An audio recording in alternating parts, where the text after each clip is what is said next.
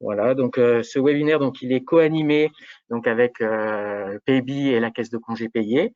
Donc on a le plaisir d'accueillir donc Axel Lemoine et son équipe qui ont participé avec nous à la phase pilote, on va dire, de déploiement de la Caisse de congés payés. Donc il est entouré aujourd'hui donc de Laura Royer et d'Alexandra Vray. Et puis une collaboratrice aussi qui a travaillé avec nous, Cindy Pointe, mais qui est absente aujourd'hui. Au niveau de Paybi, donc l'équipe pilote était composée donc de Chantal Debache, d'Anne-Gaëlle Bonnefoy et de moi-même. Et donc Anne-Gaëlle qui vous expliquera un petit peu dans l'outil comment ça va se passer.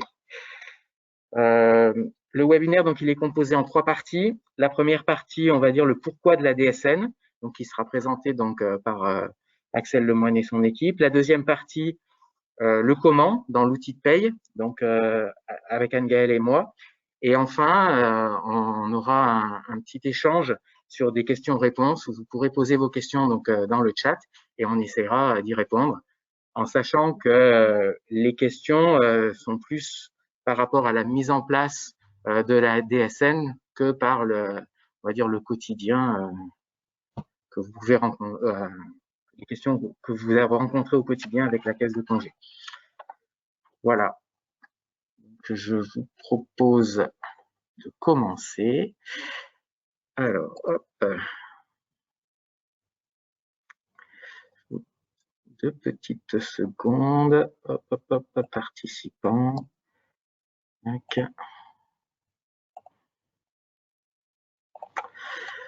Voilà. Donc, Axel, je vous ai donné le contrôle.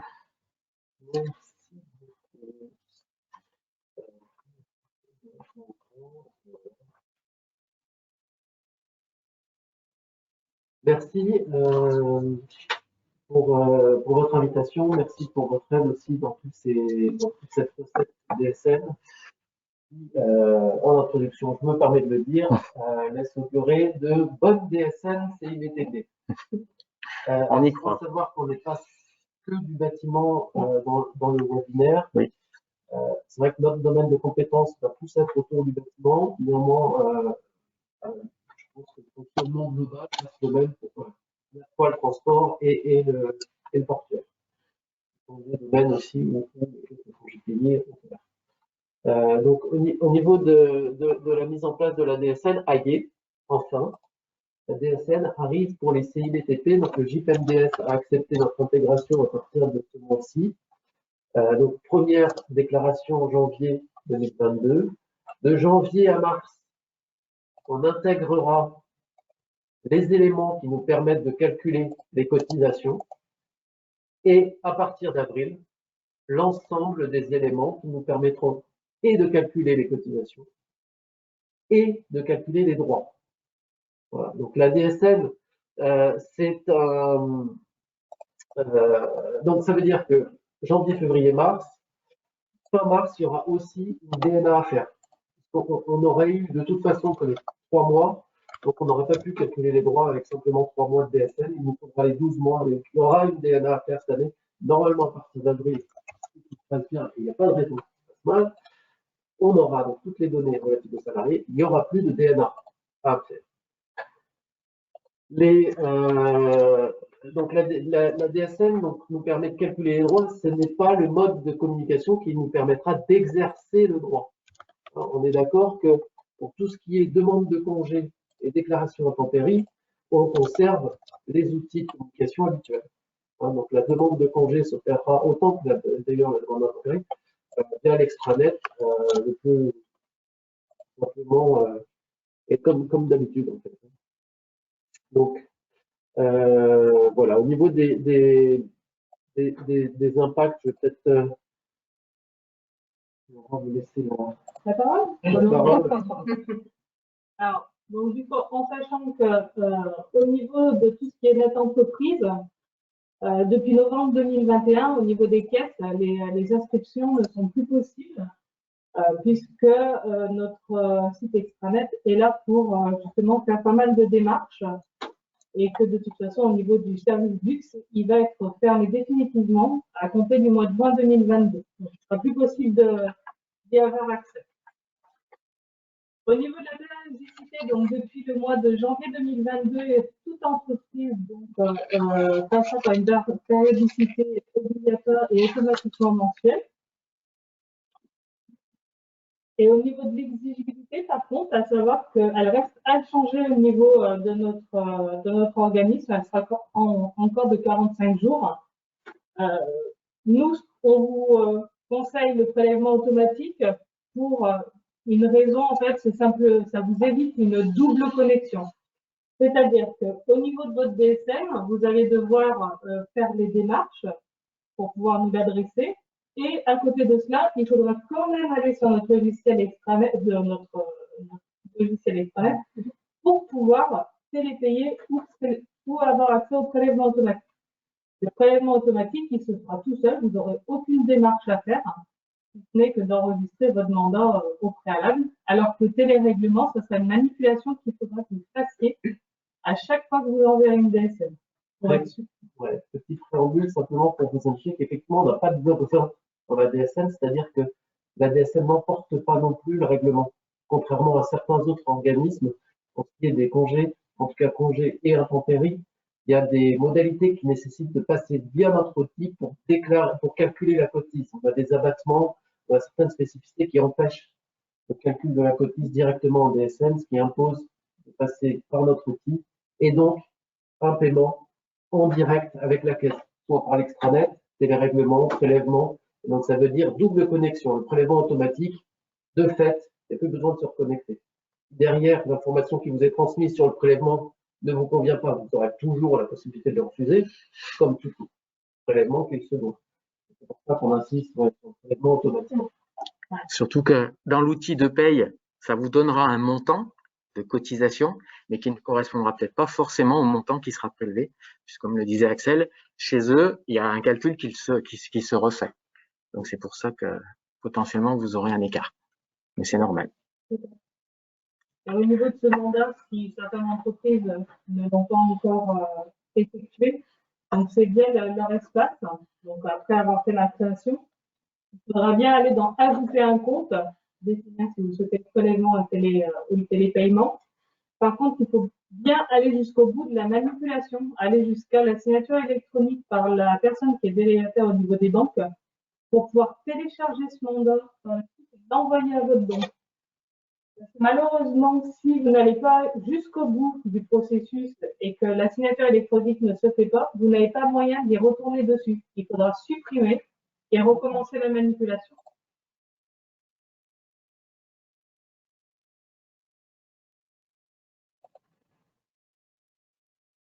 Donc, au niveau du circuit déclaratif, jusqu'à fin 2021, donc vous aviez encore la possibilité effectivement de faire votre déclaration soit via l'extranet par déclaration de salaire ou alors de faire également des DNA. Vous pouvez également passer par Net Entreprise et effectuer des BUX ou des DATSU. Donc là, du coup, ça va changer. À partir du 5-15 du mois, donc en fonction de votre effectif, vous avez jusqu'à cette date-là pour déposer votre fichier sur le portail de Net Entreprise. Une fois que c'est fait, il y a tout un cheminement qui va avoir lieu. Donc, ça va transiter par le SAP qui va faire des contrôles, notamment de voir si tout est en conformité avec la norme NeoDes. Ça va aussi transiter par la CNAV. Et ensuite, la CNAV va dispatcher, on va dire, plusieurs fichiers et elle va envoyer qu'à la caisse uniquement les données dont elle a besoin.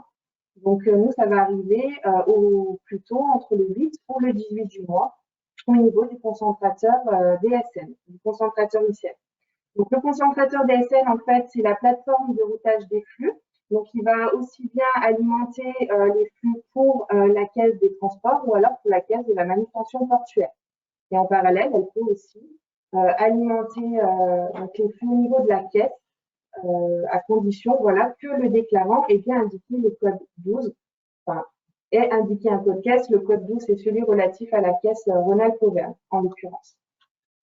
Donc, ce code, il sera renseigné au niveau de chaque bloc contrat, sachant qu'au niveau de votre éditeur de logiciel de paye, normalement, ces blocs sont déjà remplis par défaut. Voilà. Donc, si jamais vous avez des salariés, comme par exemple des mandataires ou des gérants, qui sont censés ne pas être affiliés à la caisse, vous aurez juste à décocher au niveau de cette rubrique. Voilà, donc une fois que la DSN est bien parvenue en caisse, le concentrateur DSN va envoyer un accusé de réception. Vous allez avoir un accusé de réception qui va se trouver sur le portail de Net Entreprise pour vous dire que voilà, on a bien réceptionné la DSN. Ensuite, nous, on va effectuer des pré-contrôles, enfin des contrôles métiers, et vous aurez éventuellement l'information d'anomalies ou d'incohérences qui sont transmises via des CRM, ce qu'on appelle, ce sont des comptes rendus métiers. Donc, ces comptes rendus métiers seront disposés sur votre portail Net Entreprise ou vous pourrez également les avoir à vie sur l'extranet. Donc, l'extranet jouera aussi un rôle important voilà, au niveau de la consultation de ces CRM et pourquoi pas aussi de la correction des éventuelles anomalies. Donc, c'est vrai qu'au démarrage, on vous invite à bien consulter ces CRM parce que, ben voilà, comme ça, au moins, ça nous permet de nous ajuster sur la partie paramétrage. Donc, avec Lady, on a bien contrôlé avec l'éditeur. Oh, il y a encore 2-3 petites choses en cours. Problématique d'adresse, mais ça, c'est pas bien grave. Mais derrière, effectivement, donc la phase intéressante, ça va être la phase paramétrage. Et là, pour le coup, vous êtes très impliqués sur cette phase-là. Voilà. En sachant qu'au niveau de Net Entreprise, vous ne pourrez pas les consulter sur Net Entreprise puisque c'est pas vous qui déposez, vous passez par notre SIRET de tiers déclarant, donc vous ne pourrez pas les consulter. Donc ça sera mieux de prendre l'habitude de consulter les CRM directement sur votre extranet de la caisse de congé. Après, vous pourrez les consulter sur Silay, hein, dans l'historique des DSN envoyés, mais je pense qu'il sera plus simple de le consulter directement sur l'extranet. Donc voilà, une fois que votre DSN est validé par la caisse, vous allez recevoir un relevé de compte qui vous indiquera du coup les modalités de paiement, la date d'exigibilité et du coup les cotisations à nos devoirs. L'extranet, est-ce qu'on revient dessus après ou au niveau des CRM, oui, on va les revenir dessus. Okay. Très, très intéressant cet outil, mais on y revient après. Donc, surtout qu'il a été tout revu. Il est tout nouveau, tout beau. Sur la notion d'adhérent, en fonction des adhérents, on va dire des adhérents à la caisse, vous souhaitez qu'on gère soit de manière mono-établissement, soit de manière multi-établissement. Dans tous les cas, une DSN, un flux DSN, c'est un flux par établissement. Donc nous, on va lier l'ensemble des flux en fonction de la gestion que vous nous avez demandé. Si vous aviez souhaité qu'un adhérent corresponde à 3 établissements, alors on attendra 3 flux. En particulier pour le premier, la première échéance. Après, il y a quelques petits écarts qui seront autorisés, mais sur la première échéance, on attendra 3 flux, tout sera bloqué tant qu'on n'a pas eu 3 flux. Donc, voilà. C'est ce que montre le schéma suivant. Sur les bases de cotisation, donc là, on fait part des codes, mais en théorie, dans le cadre du logiciel, vous ne les verrez pas. Mais sachez qu'en tout cas, on reçoit tout ce qui est assiette brute plafonnée, déplafonnée, les bases forfaitaires, et bien sûr, la base spécifique congé payé, à savoir la base 20, ainsi que au niveau de la maille entreprise, et c'est là peut-être une petite spécificité, hein, c'est-à-dire que tous ces blocs-là que je viens d'évoquer sont les blocs qui sont automatiquement alimentés par la fiche de paye. Après, au niveau de l'établissement, il y a 2 informations qui vont parfois nous intéresser, en particulier une, le nombre d'heures d'intérim, puisqu'on se sert de cette base sur le nombre d'heures pour calculer la cotisation OPP-BTP sur les intérimaires. Il y a les OPP-BTP sur le permanent, issus des bases de salaire, mais il y a aussi sur le nombre d'heures d'intérim. Et donc là, bon, il y a tout un schéma aussi à comprendre, c'est-à-dire que comme vous faites en général les payes avant la fin de mois, c'est peut-être pas l'exhaustivité nombre d'heures d'intérim avant la fin de mois, donc il y a tout un système aussi de déclaration anticipée, et puis le mois suivant d'ajustement, hein, et puis derrière, normalement, tout se fait bien au niveau des blocs de régularisation et des blocs mensuels. Donc, en termes de code, voilà, ceux qui sont assis sur la cotisation et sur les salaires, et puis ceux qui sont assis sur l'entreprise, 24 et 54.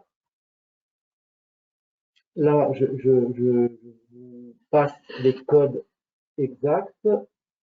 La cotisation 24, simplement, donc vous indiquez que c'est au niveau de l'entreprise que vous aurez renseigné le nombre d'heures d'intérim.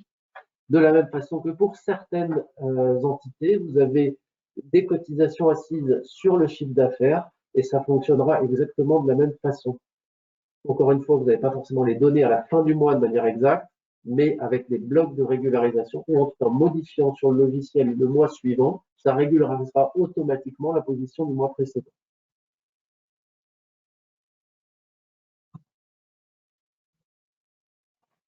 Donc là, au niveau de la réception et du traitement des données transmises du coup au niveau des caisses, alors on se répète un petit peu, hein, mais donc effectivement, le dépôt de la DSN va se faire au plus tard le 5 ou 15 du mois au niveau de notre entreprise.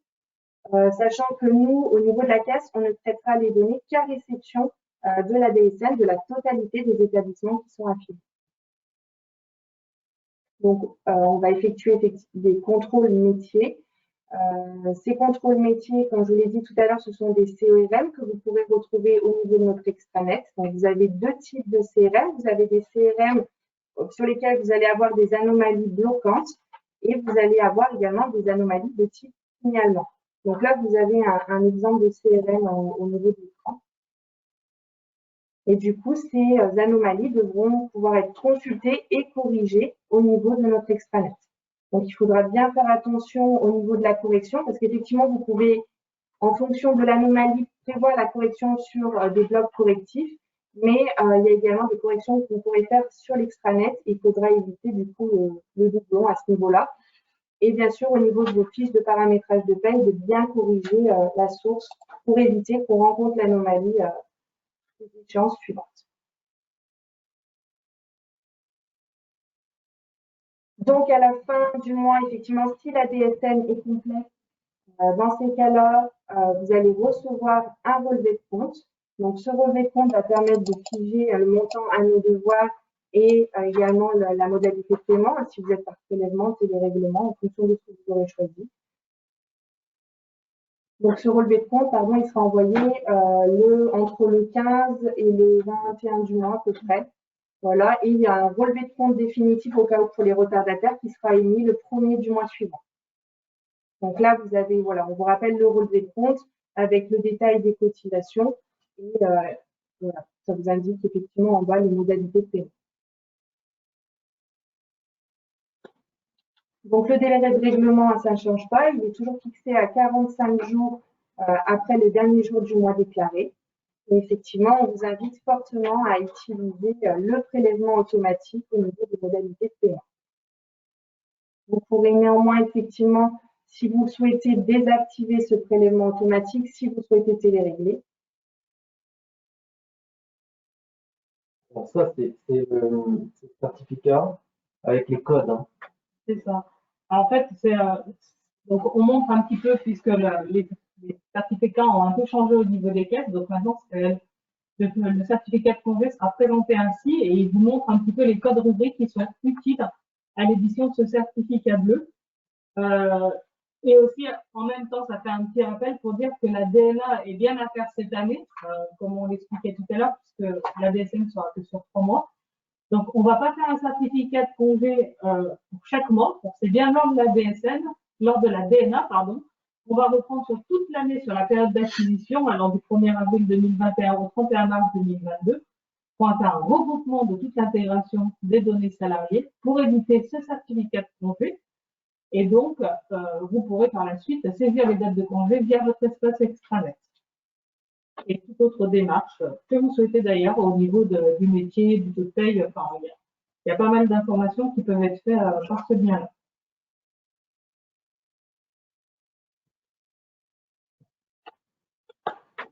Au niveau donc des enjeux de la DSN, donc ce qu'il faut avant tout, c'est s'assurer que ça soit en conformité avec la norme 2022, c'est-à-dire la norme NeoDES 2022. Qu'on a pu constater. C'est une présentation générique hein, qu'on propose, qui nous aide aussi, nous, en interne, à des fins de formation. Et donc, effectivement, on a déjà pu constater en lien avec Silari On vous fera un petit topo à la fin, mais la norme 2022, elle vous sera livrée à partir donc du 26 janvier, donc à partir de mercredi. Donc ça, c'est pas que l'éditeur, en fait, c'est légalement, c'est la date de mise à disposition au public pour envoyer des DSN avec la nouvelle norme. Donc à partir de mercredi, vous pouvez envoyer vos DSN avec le nouveau format. C'est ça. Donc ce paramétrage est essentiel au niveau des caisses pour qu'ils donnent, on va dire, une DSN bien complète. Et vous avez beaucoup de chance, c'est que SILAE le prévoit. Comme d'autres outils ne le prévoient pas encore. Comme on était test, on sait que ça marche. Voilà. Donc voilà, donc après, soit c'est vous qui le gérez, soit c'est les cabinets comptables, mais ça reste une organisation en interne. Au niveau, on apporte un point de vigilance, surtout au niveau des données salariés, au niveau des statuts, au niveau des codes métiers surtout, puisqu'il faut bien qu'ils soient en adéquation entre ce que nous avons dans nos bases et ce que vous allez déclarer au niveau de votre DSN.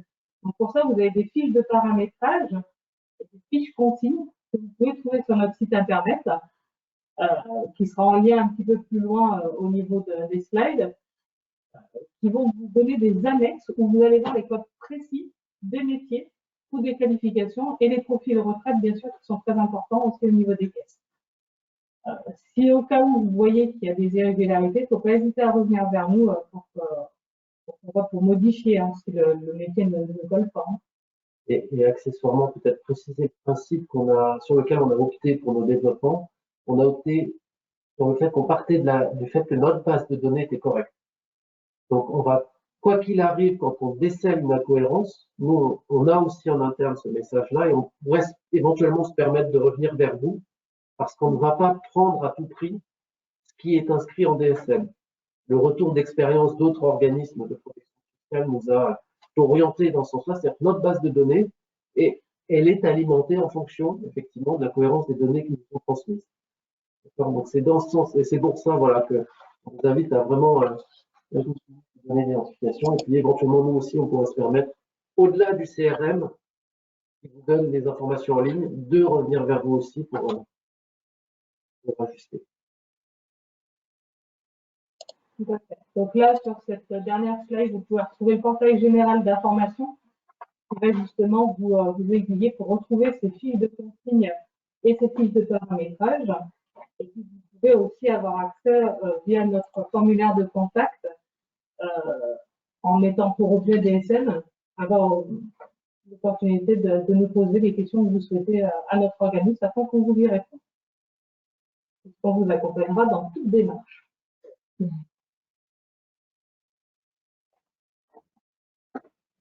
Après, là, ça représente un petit peu les équipes des accompagnants ainsi que le rôle de l'UCF.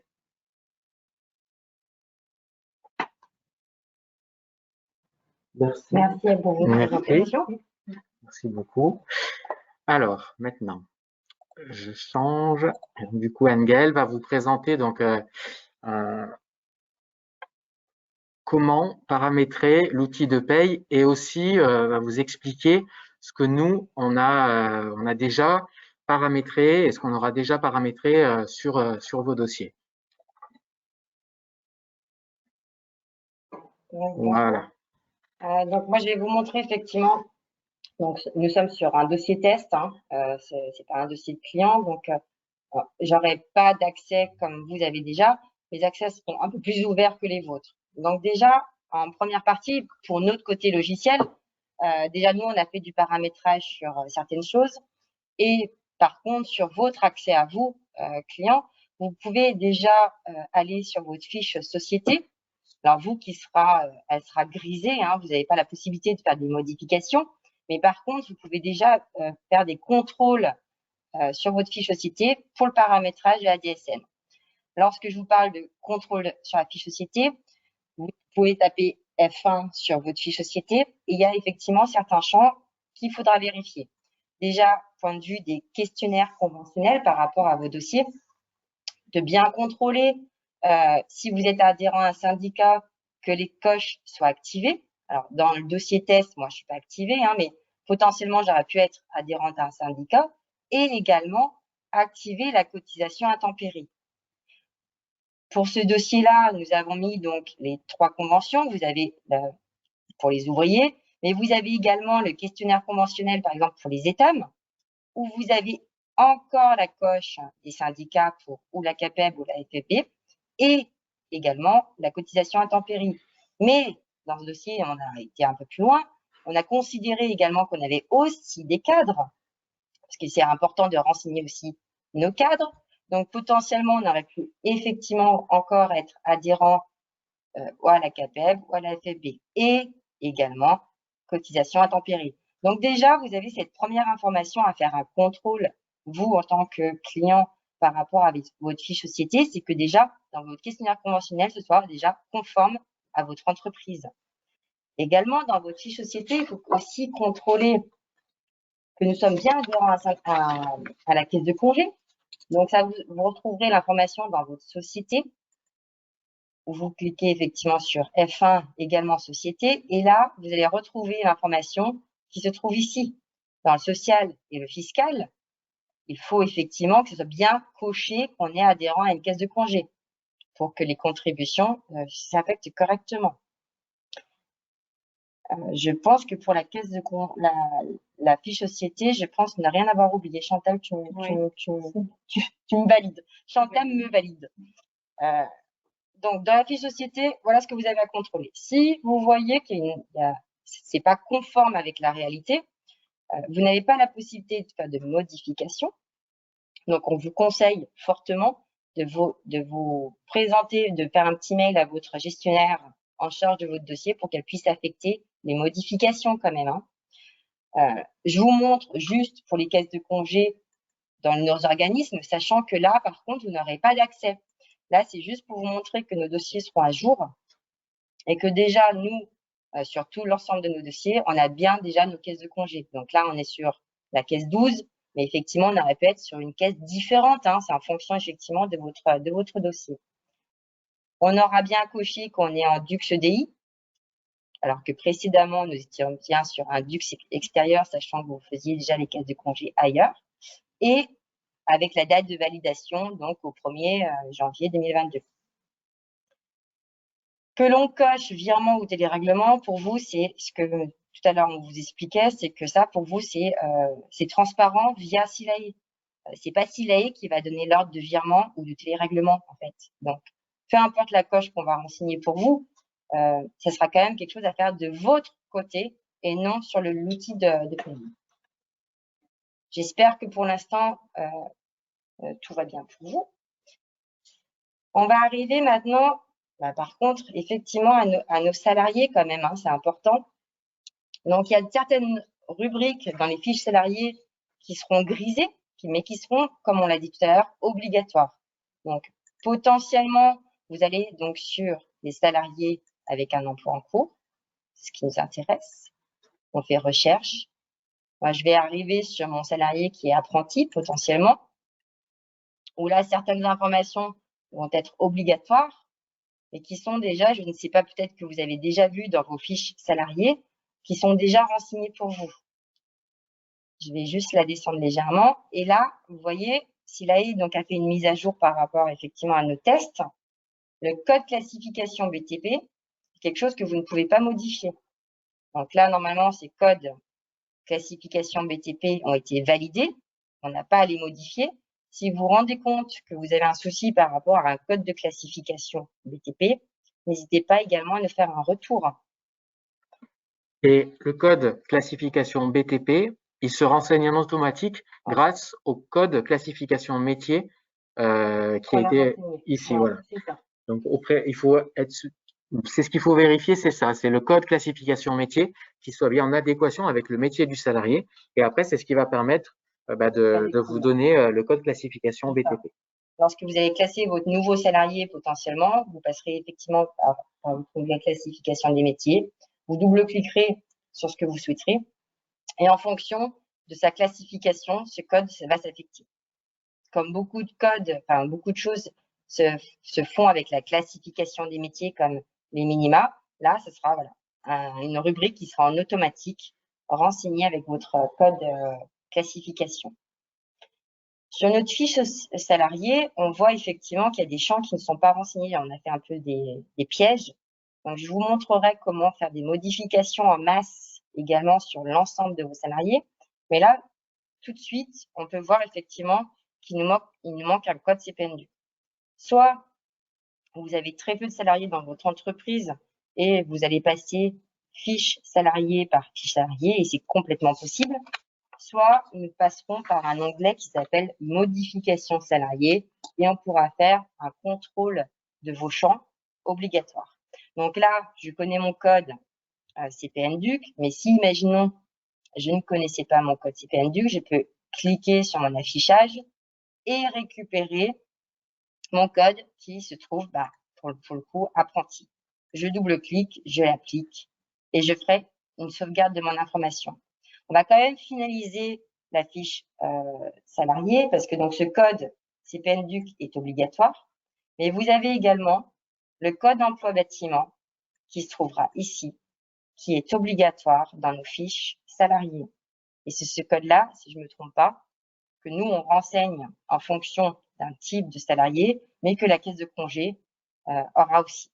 Et potentiellement, si vous avez des anomalies, ce sera peut-être avec ces codes-là. Lorsque vous êtes toujours sur votre fiche salarié, on la descend encore légèrement. Hein. Donc là, mon apprenti, j'ai pas de salaire. Mes heures, c'est 7 heures par jour, tout va bien. Par contre, je vais la descendre encore légèrement pour vérifier si ce salarié-là a bien... Hop, je descends encore un peu.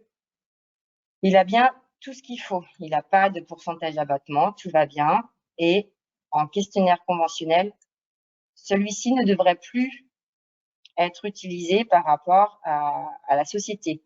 Tout ce qui concerne la société, si vous avez normalement si on avait coché de l'intempérie dans notre fiche société, forcément ici il y aurait de l'intempérie. Donc les entreprises qui enlèvent la coche intempérie sur leurs salariés, ceci n'est pas admis normalement. Si votre fiche entreprise a de l'intempérie, votre salarié sera forcément avec de l'intempérie. J'ai fait une modification de ma fiche, je la sauve, je reviens sur mon état des salariés. Donc, j'aurais potentiellement pu aller sur un deuxième salarié. Tu veux intervenir? Ouais, je vais juste rajouter par rapport à l'apprenti ou à une autre catégorie de salariés. Par exemple, si on a un ouvrier qui a de l'abattement, il faut bien renseigner. J'ai mis un petit piège. Ok, d'accord. Je me suis mis un piège. Et la deuxième chose par rapport à ce qu'on se disait au départ, c'est qu'on a des salariés qui peuvent être exclus de la caisse de congés payés, notamment les mandataires sociaux. Donc, il y a une coche à décocher pour dire qu'il est exclu de la caisse de congés. Voilà, mais si tu avais prévu de le dire après. Alors, pour la caisse de congé, j'avais pas prévu de le montrer après, mais je peux vous montrer ici. Effectivement, lorsque vous avez un salarié qui n'adhère pas à la caisse de congé, il vous suffit de cocher cette petite case, tout simplement, hein, exclure de la caisse de congé payé. Mandataire, oui. Donc, après, les autres coches, on n'a pas à les toucher, hein. Ce sera que cette coche-là, il n'aura pas sur son bulletin de paye cette contribution qui sera active. Donc là, je leur décoche. Ce que vous voulez dire, Loïc, tout à l'heure, c'est qu'effectivement, il y a des salariés potentiellement qui ont un abattement. Donc, je vais vous montrer, je vais repartir sur mon état d'avancement. Sur votre dossier, vous avez tous un onglet qui s'appelle Outils. Donc, cet onglet, quand vous cliquez dessus, vous avez quelque chose qui s'appelle des modifications de salariés. Ici, ça va vous permettre de faire un contrôle en masse des informations qui sont obligatoires. Lorsque vous avez vos salariés, vous en avez peut-être potentiellement beaucoup plus. Ici, vous faites bien vos emplois en cours. Ensuite, dans votre affichage, vous avez en fait une liste déroulante qui va arriver. Et c'est avec cet onglet que vous allez pouvoir vérifier en rapide vos fiches salariés. Comme le code CPNDUC. Donc là, on voit bien potentiellement que j'ai oublié de mettre un code à mon salarié et vous savez que c'est obligatoire. Soit je connais mon code et clairement, je mets juste mes chiffres, soit je ne connais pas mon code et je vais avoir une liste déroulante en cliquant droit. avec la possibilité de renseigner ce que je souhaite. Donc, je sais que c'est un ouvrier qui est mensuel, je sélectionne et je valide. Donc, cette information, vous l'avez en première, c'est la code CPN-DUC. Ensuite, si on déroule notre liste déroulante, nous avons également le pourcentage d'abattement. Donc là, ah, tiens, j'ai encore une erreur. Mon ouvrier Pro 2, j'ai oublié de lui mettre son abattement. Donc, je vais renseigner son pourcentage d'abattement tout simplement en cliquant sur la rubrique et en validant. Lorsque je valide, vous voyez, j'ai un tout petit triangle vert qui vient de s'afficher, ce qui veut dire que sans faire de sauvegarde, toutes les modifications que je suis en train de réaliser actuellement seront sauvegardées sur votre fiche salarié. Vous n'avez pas besoin de réactualiser votre fiche salarié, ça se fait en automatique. Par la suite, il nous faut effectivement vérifier encore d'autres champs. Donc là, on a la caisse de congé, on aurait pu effectivement vérifier. Et moi, ce qui va m'intéresser, c'est l'emploi BTP. Et l'emploi BTP se trouve ici. Hop, emploi BTP. Là, j'ai fait exprès également d'oublier de mettre des codes, parce que ces codes-là sont aussi obligatoires. Donc, soit vous connaissez parfaitement votre code et vous pouvez le saisir manuellement, soit toujours pareil, on clique droit, on va récupérer notre code. Donc, moi, je sais qu'il est technicien, il est plus bas. Je vais aller récupérer mon code.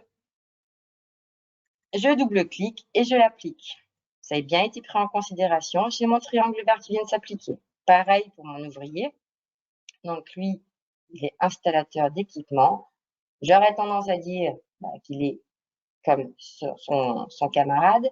Mais si vraiment je veux lui mettre un autre code, je peux effectivement aussi lui mettre un autre code. Donc là, on était sur 0,180. Alors, hop. Le code qui est en adéquation avec sa fonction. C'est ça. Donc là, si dans la nature de l'emploi, en toute logique, la nature de l'emploi, c'est ce qu'il fait, hein. C'est pas autre chose. Donc, je peux aussi effectivement faire ceci. Tout à l'heure, Loïc intervenait sur le pourcentage d'abattement, parce que dans votre fiche salariée, si vous avez un pourcentage d'abattement, il y a une norme qui est aussi obligatoire, mais malheureusement, vous la retrouverez pas dans votre affichage. Donc, on va se repositionner sur nos salariés avec abattement. J'en ai deux. Je vais passer sur la fiche salariée. J'ai laissé la fiche salariée ouverte en bas dans mon onglet. Donc, je me repositionne sur mon onglet. Je vais sur mon ouvrier professionnel. Je sais où aller, donc je vais faire F1 pour mon sommaire. Et là, je vais aller sur ma définition de l'emploi. Vers ma définition de l'emploi, donc ça me repositionne sur sa classification. En même temps, ça me permet de contrôler que sa classification est conforme. Et lorsque je descends, vu que j'ai un pourcentage d'abattement, je suis aussi dans l'obligation de mettre un code catégorie de salarié. Donc là, on sait effectivement par rapport à nos dossiers qu'on a le même code, hein, mais vous avez quand même une liste déroulante qui s'affiche et toujours pareil, on récupère notre code en double-cliquant dessus. Je viens d'effectuer une modification de ma fiche. Là, à contrario de la modification salariée, je n'oublie pas de sauver. Lorsque je sauve, ça me rebascule sur l'ensemble de mes salariés et je sais que mon ouvrier professionnel 2, je ne l'ai pas modifié non plus. Je me repositionne sur ma fiche, je retape mon F1, ça me fait revenir sur mon sommaire. Je retourne vers ma rémunération, ma classification et dans mon code caractéristique, je mets mon code 19. Et je fais sauver ma fiche. Pour les codes emploi bâtiment, si vous ne les connaissez pas, vous pouvez aller les voir sur l'extranet de la caisse de congé, puisque justement, comme on disait tout à l'heure, c'est là où il y a une cohérence qui doit exister entre l'outil de paye et ce qui est connu par la caisse. Donc du coup… On parle bien de l'emploi du bâtiment. Oui. Celui-ci là. Oui, celui-ci, voilà. Donc ceux-ci, ils sont à disposition sur l'extranet, salarié par salarié. Vous savez comment les attend la caisse.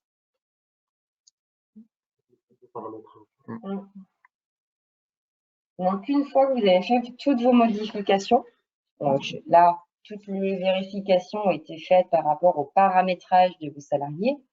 Vous pouvez donc effectivement calculer toutes vos payes, parce que le but, c'est quand même de faire vos payes. Hein. Donc, lorsque vous avez calculé vos payes, que vous avez confirmé vos payes avec les éléments que vous avez besoin de renseigner, là, il va y avoir après, effectivement, tout ce qui est, comme on le disait tout à l'heure, tout ce qui est montant, si votre entreprise a un montant de chiffre d'affaires à déclarer, ou encore des heures intérimaires.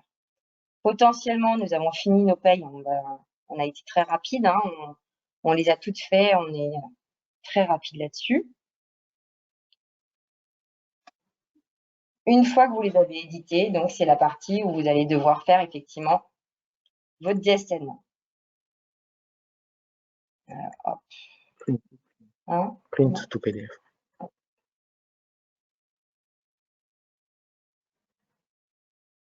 Hop. Votre DSN vient d'arriver, donc elle est ici.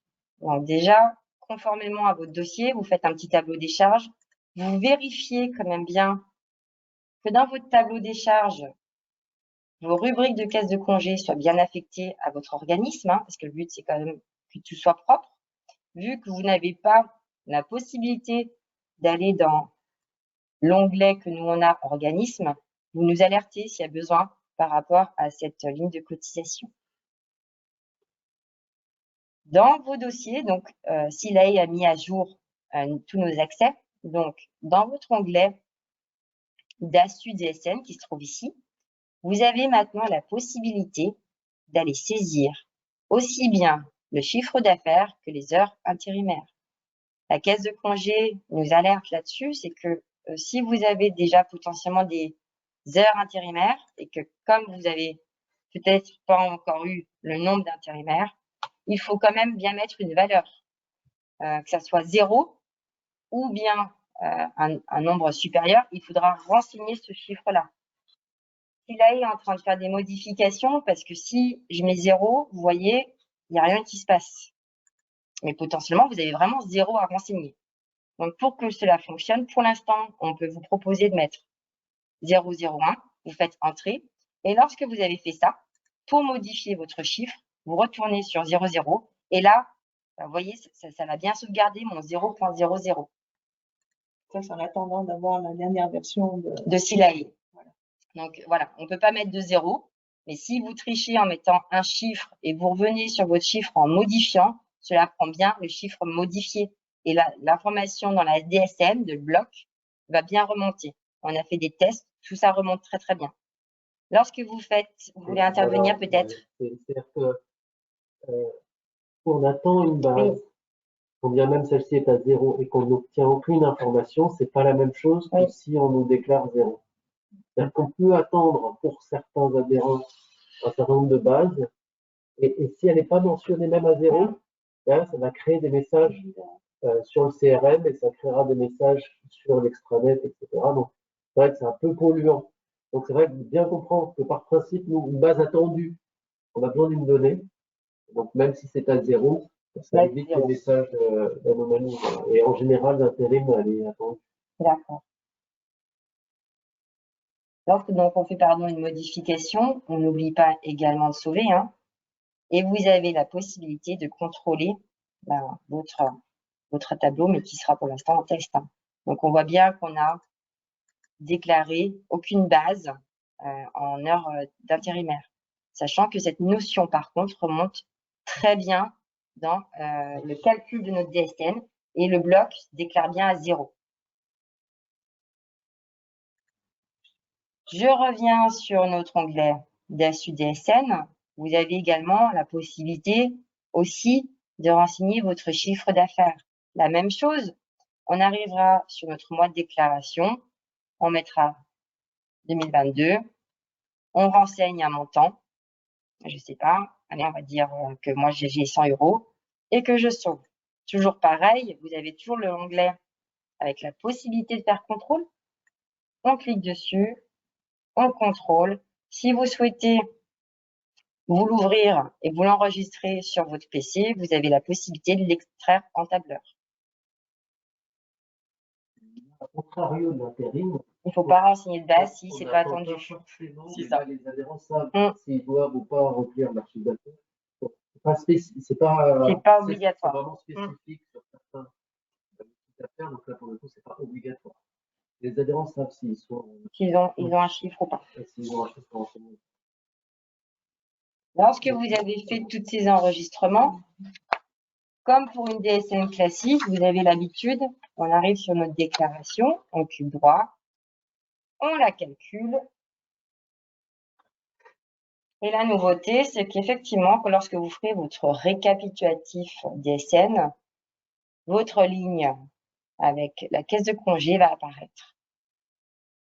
Je double-clique et là, certaines notions remontent et surtout la nouvelle chose, c'est effectivement sur ma DSN, j'ai déclaré 0 en intérim, j'ai déclaré 100 € en chiffre d'affaires et j'ai bien mes blocs 20 et mes codes 20 et 21 en bloc DSN qui remontent. Comme vous pouvez le voir plus bas, je n'ai pas de paiement. Vous ne le voyez pas, le bloc de paiement. Hein. Donc, comme on vous l'a expliqué tout à l'heure, l'information va bien remonter à votre caisse de congé, mais le paiement restera à faire de votre côté. Sur l'extranet. C'est ça, sur l'extranet. L'information, nous, va partir sur « Je déclare », parce que c'est pas nous, pour nous, c'est « Je déclare ». Donc, vous faites comme vous avez l'habitude, vous contrôlez votre DSN, vous la sélectionnez, vous déclarez et vous l'envoyez. Alors là, c'est parce qu'on est en test, hein, mais vous faites bien valider avec « Générer en EDI par Je déclare ». Est-ce qu'on montrerait peut-être, alors là, j'ai pas d'envoyer de DSN, mais c'est vrai que après vous aurez sur vos accès, comme vous contrôlez habituellement vos DSN, si votre DSN, elle est pastille verte, tout va bien. S'il y a une pastille rouge, potentiellement, c'est que vous avez une erreur de DSN. Pareil, si vous n'arrivez pas à régler la situation sur votre erreur de DSN, le rejet, n'hésitez pas à contacter votre gestionnaire en charge de votre dossier. Est-ce que vous voulez intervenir sur quelque chose que j'aurais oublié ou passé trop vite?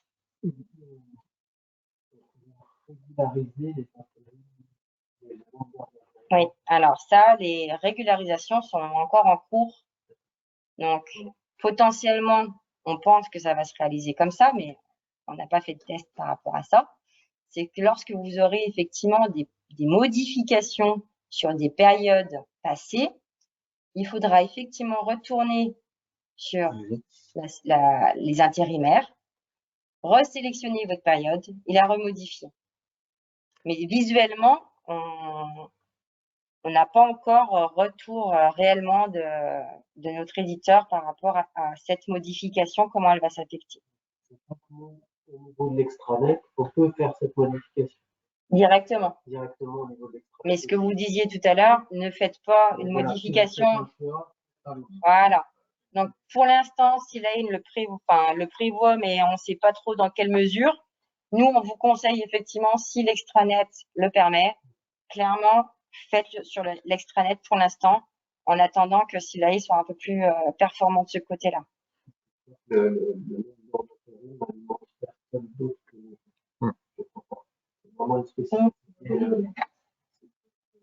toute façon, par rapport au fonctionnement de l'outil, ce qu'il faut faire, si on veut que le bloc de régule se fasse en automatique, il faut faire comme dit Anne-Gaëlle, le mois d'après ou après l'envoi de la DSN, vous venez corriger le montant en l'affectant bien au mois de déclaration du mois précédent. Vous allez changer le montant et après, quand vous allez calculer la DSN, il faudra cocher régularisation avec le mois que vous souhaitez régulariser et lui vous fera le bloc de régule en automatique. Voilà, ça c'est la théorie, mais on l'a encore pas testé puisque c'était quelque chose qu'ils n'ont pas mis à disposition dans la base test. Donc on pourra que le tester à partir de février éventuellement. Tu vite sur un point ou tu veux rebondir sur quelque chose? Alors, je ne sais pas si en chat, il y a peut-être des questions. Ouais, donc je vous invite à poser vos questions. S'il y a des choses que vous voulez qu'on reprécise, qui ont été claires. On va aller peut-être vite sur certaines choses. Donc, n'hésitez pas à poser des questions directement sur le chat. C'est vrai qu'on ne vous ouvre pas les micros pour pas que ça soit polluant, pour que tout le monde prenne la parole en même temps. Mais s'il y a besoin, on se ferait une joie, un plaisir de vous répondre. Je n'ai pas l'impression je pense que la présentation a été très claire. Ça doit être ça, très très clair. Comme disait Loïc, de toute façon, à la fin de la présentation, vu qu'on a tous les participants ont donné leur mail, on va vous refaire un petit public postage avec le PowerPoint que vous avez préparé, ainsi qu'un une to-do list pour côté Paybi, pour que vous puissiez suivre, reprendre peut-être ce qu'on a vu ce jour, pour valider les points de paramétrage obligatoires et nécessaires sur vos payes. Une question qui arrive. J'ai que l'introduction de la question, donc je vous laisse patienter un petit peu.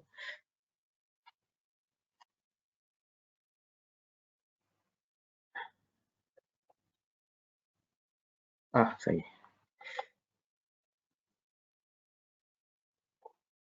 Non. Donc, pour répondre à la question, c'est par rapport au paiement. Donc, il n'y a aucun paiement qui est véhiculé par la DSN. Le paiement se fait forcément par l'extranet, soit via un télérèglement, soit via un prélèvement automatique. Et on vous conseille de faire le prélèvement automatique, parce que si vous faites un télépaiement, il faut que vous le validiez à chaque échéance. Alors que le prélèvement, vous l'avez validé une première fois et après, ça se fait. Et si vous n'êtes pas d'accord avec le montant du prélèvement, vous venez le corriger sur l'extranet. C'est ça? Il faut bien attendre de recevoir le relevé de compte avant de téléréguler, par exemple, pour être sûr voilà, que le montant qui sera téléréglé sera le bon. Parce que c'est vrai qu'au niveau de la caisse, on a pas mal de spécificités. Donc, vous pouvez avoir des remboursements intempéries, des choses comme ça, et du coup, effectivement, ça peut modifier le montant à nos devoirs. L'édition du relevé de compte qui génère la possibilité d'impaiement. C'est pas l'envoi de la DSN. La DSN est juste là pour vous informer qu'il y a eu une situation sur les salariés. Voilà.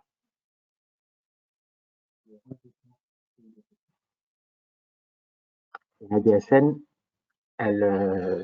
donc je ne sais plus si on l'a bien précisé au départ, mais c'est pas la DSN événementielle, donc tout ce qui est entrée de salariés, sortie, ça doit toujours être fait via l'extranet. C'est pas véhiculé pareil par la DSN. Ni la pause de congé. Ni la pause de congé. Pardon, je vais peut-être préciser ce propos. Effectivement, dans un premier temps, on ne nous a pas autorisé l'accès au DSN événementiel, signalement d'événement. Nous, on ne reçoit que les DSN traditionnels, normales, standards, qui arrivent les 5 et 15 du mois. Et c'est au travers de à ces échéances-là qu'on aura les mouvements personnels. Donc, par contre, donc, du coup, néanmoins, quand on bascule en DSN, tout le déclaratif passe par la DSN. Donc, aujourd'hui, on aura un petit décalage. Parce que les embauches et les débauches ne seront plus ouvertes sur l'extranet, en théorie.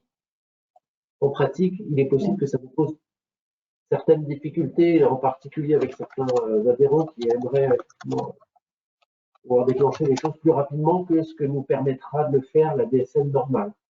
Voilà, mais pour l'instant, on est prévu sur ces DSN événementielles en janvier 23. Il faut déjà avouer que vous avez fait un gros effort. Vous êtes passé en DSN. C'est déjà un bel effort. Je pense que nos clients sont très contents.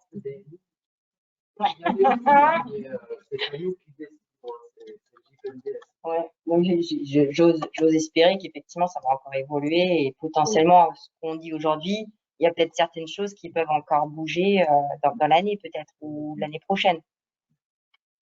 Une autre question, à partir de quelle date devra-t-on vérifier les fiches salariés et sociétés? Vous pouvez le faire, on va dire, dès maintenant, les fiches salariés. Oui. Voilà, le module et toutes les modifications sont déjà, on va dire, dans la vraie version. Après, la vérification du paramétrage des fiches sociétés, vous pouvez aussi le faire dès aujourd'hui, puisqu'en fait, nous, on a déjà travaillé en amont sur ce paramétrage-là. Et en fait, ce que voulait dire Anne-Gaëlle, c'était plus vérifier voilà, parce qu'on a pu louper que vous étiez adhérent à un syndicat. Donc ça, vous pouvez le faire dès aujourd'hui et informer directement votre gestionnaire de paye que vous étiez adhérent et potentiellement que nous, on l'avait pas coché, etc. Mais vous pouvez faire tout à partir d'aujourd'hui. Parce que dans la fiche société, que vous soyez bien affilié à une caisse de congé, en fait, on le sait, vous êtes nos dossiers, donc on sait que vous êtes adhérent à une caisse de congé, mais c'est juste qu'on préfère, vu que vous avez la visualisation de cette fiche société, de faire, tant qu'on y est, faites un petit contrôle. Mais cette coche-là, forcément, elle sera active parce qu'on avait déjà la déclaration extérieure, on va dire. Mais par contre, voilà, potentiellement, on n'a peut-être pas activé alors qu'on aurait dû. Ça aurait été peut-être dommage de s'en rendre compte que maintenant, mais peut-être qu'on l'a oublié.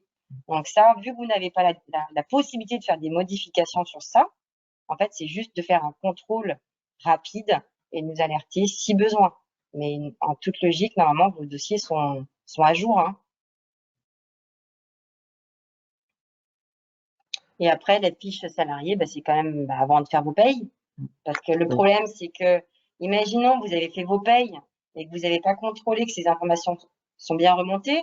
Donc, ça veut dire que potentiellement, lorsque vous allez calculer la DSN, les informations ne sont pas conformes. Donc, potentiellement, ça va envoyer une anomalie. Donc, c'est dommage, dès le premier mois, de partir avec… Alors, ce ne sera pas bloquant, hein, mais ça sera une anomalie quand même. Donc, autant le faire avant vos payes quand même. Sachant qu'effectivement, nous, sur les échéances de janvier, février, mars, on va se contenter d'exploiter les bases cumulées pour créer donc, des appels de cotisation. On n'intégrera pas du tout les points et salaires. Les statistiques, enfin, les données associées aux salariés. Donc, ça laisse aussi 3 mois, 3 échéances pour contrôler effectivement les messages, censurer. Bien sûr, faut pas faire, voilà. Oui. Non, mais c'est pour ça que l'onglet modification salariée est quelque chose qui est assez rapide. De vos accès clients, quand même, c'est de faire des contrôles qui seront en un clic. Vous voyez bien si c'est renseigné ou pas. Après, effectivement, c'est vous qui gérez votre dossier. Hein. Donc, j'ai une autre question. Donc, pour les sociétés qui n'appliquent pas la convention collective du bâtiment, mais qui cotisent à la caisse de congé du bâtiment. Donc là, il y a un développement qui est en cours au niveau de l'éditeur, puisque les codes propres à la caisse de congé, du coup, dans la fiche du salarié, n'apparaissent pas aujourd'hui. Donc, on a fait une demande à l'éditeur pour pouvoir faire en sorte qu'on puisse les renseigner. Voilà. Mais sinon, le reste est paramétré. Il n'y a pas de problème. Il y a juste ce cas-là. Donc, ce que je suis en train de montrer à Anne-Gaëlle.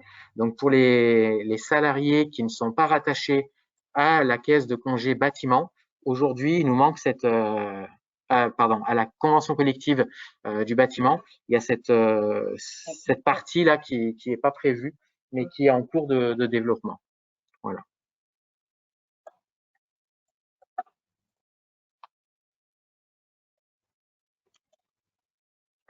Il y a plus d'autres questions? Ouais. Non, pour l'instant, j'ai pas d'autres questions. Bon, sachant que c'est un format qui a été enregistré, toujours pareil, si on est allé un peu rapidement sur certaines choses, ou vous pouvez revoir le web d'aujourd'hui, ou toujours pareil, hein, vous avez un gestionnaire qui vous est affecté, donc n'hésitez surtout pas. Côté de Paybi, je pense que la caisse de congé, c'est pareil, ils l'ont bien précisé tout à l'heure. Si vous avez besoin de converser, ça ne change pas. Je pense que vous pouvez le faire facilement aussi. Voilà, on est là plutôt dans l'échange et pour que tout aille bien sur la DSN. C'est ça. Via le formulaire, le questionnaire. D'accord. Ouais, souvent plus efficace de passer par le site que de passer par la bonne personne. De la personne à qui on adresse la demande, ça peut peut-être faire un circuit qui est beaucoup plus long parfois. Donc vraiment le site internet ou extranet même avec la typologie de questions et en général autant que possible on traite dans les meilleurs délais. En tout cas, c'est le processus le plus rapide en termes de traitement. En plus, comme vous avez précisé tout à l'heure, le fait de passer, je crois, par l'extranet, votre demande, elle est conservée au niveau de la caisse. Donc, au moins, il y a une traçabilité de votre demande qui est rattachée à votre dossier. Donc, vous n'avez pas eu si par exemple on vous a pas répondu, là au moins on verra la réponse qui vous avait été apportée et la question que vous avez posée. Donc, ça fait une traçabilité pour vous de savoir où en est votre demande. Bon, moi, j'ai pas plus de questions qui ont été posées. Donc, je pense que on va terminer le webinaire. Donc, on vous remercie tous. Nous, on remercie la Caisse de congé de nous avoir permis de travailler avec vous, donc pour mettre en place ce chantier, si on peut dire. Et puis, on vous souhaite une excellente fin d'après-midi et puis un bon paramétrage. Voilà. Très bonne fin de journée. Au revoir. Au revoir.